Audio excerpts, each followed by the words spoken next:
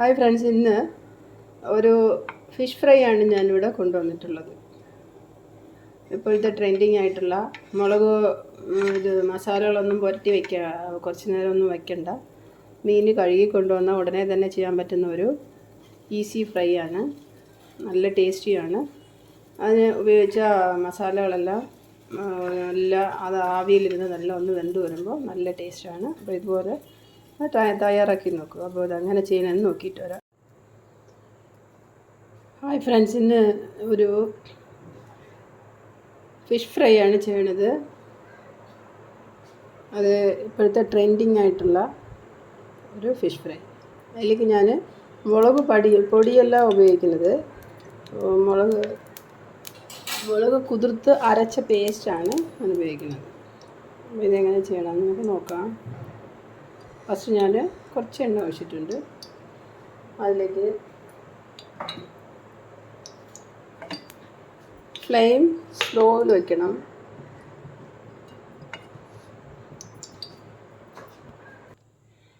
ഇടേണ്ട സാധനങ്ങളെല്ലാം നമ്മൾ അടുത്തടുത്ത് വെച്ചിട്ട് വേണം ഇത് ചെയ്യാനായിട്ട്. ഇല്ലാന്നുണ്ടെങ്കിൽ പെട്ടെന്ന് കരിഞ്ഞു പോകും. അതിലേക്ക് ഞാൻ ഒരു ചെറിയ ടീസ്പൂണിന് കുരുമുളക് ഇട്ടിട്ടുണ്ട്. കുറച്ച് മഞ്ഞൾപ്പൊടി. അത് കഴിഞ്ഞ് അതിലേക്ക് വേണ്ടിയ മുളക്, ഞാനിവിടെ പേസ്റ്റ് എന്നല്ലേ പറഞ്ഞത്, അതിടാം.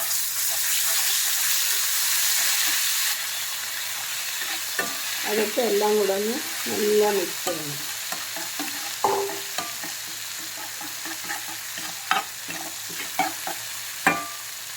അതിലേക്ക് ആവശ്യത്തിന് ഉപ്പ്,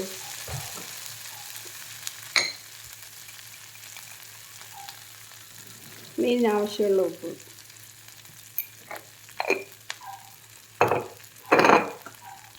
അത് ഇട്ടൊന്ന് നല്ല മിക്സ് ചെയ്യണം.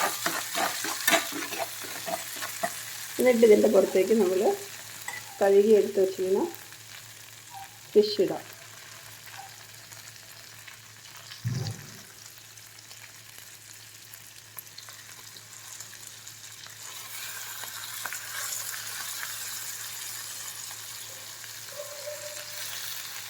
ഇത് കഴുകി എടുത്ത് വെച്ച് കുറച്ച് നേരമായി, അതാണ് അതിൻ്റെ ആ കളർ ഒന്നിതായി പോകും.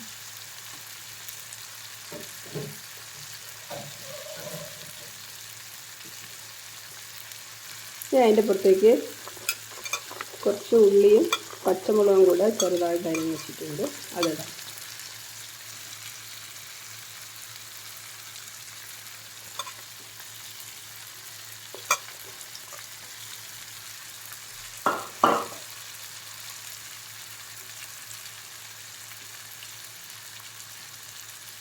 പിന്നെ അതിലേക്ക് കുറച്ച്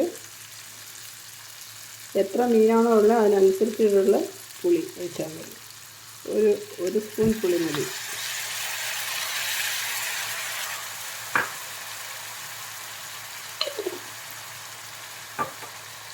ഇനി ഇതൊന്ന് വാടി കഴിയുമ്പോൾ മറച്ചെടുത്ത് തിരിച്ചിടണം.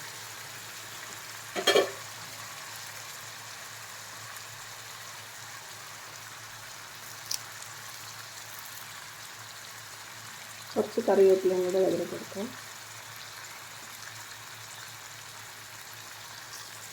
ഇതൊന്ന് തിരിച്ചിടാം.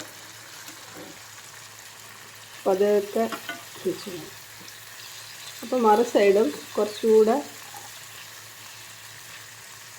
മസാല പിടിക്കും ഫസ്റ്റേ തന്നെ.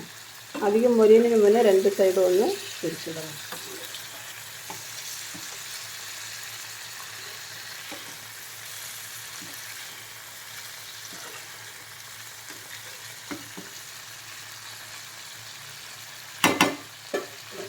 ഇനി ഇതൊന്ന് വേവാനായിട്ട് നമുക്ക് മൂടി വയ്ക്കാം.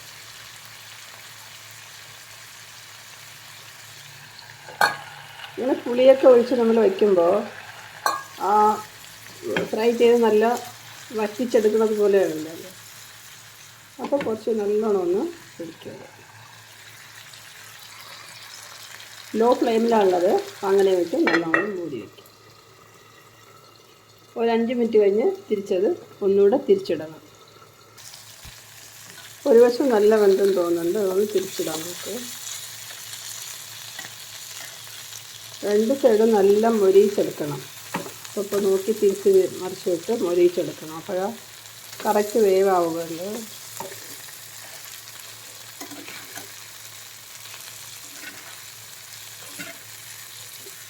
ഇനി ഇതൊരു അല്പനേരം കൂടെ ഒന്ന് മുറിയും. ഇതിന് നമുക്കൊരു പാത്രത്തിലേക്ക് മാറ്റാം.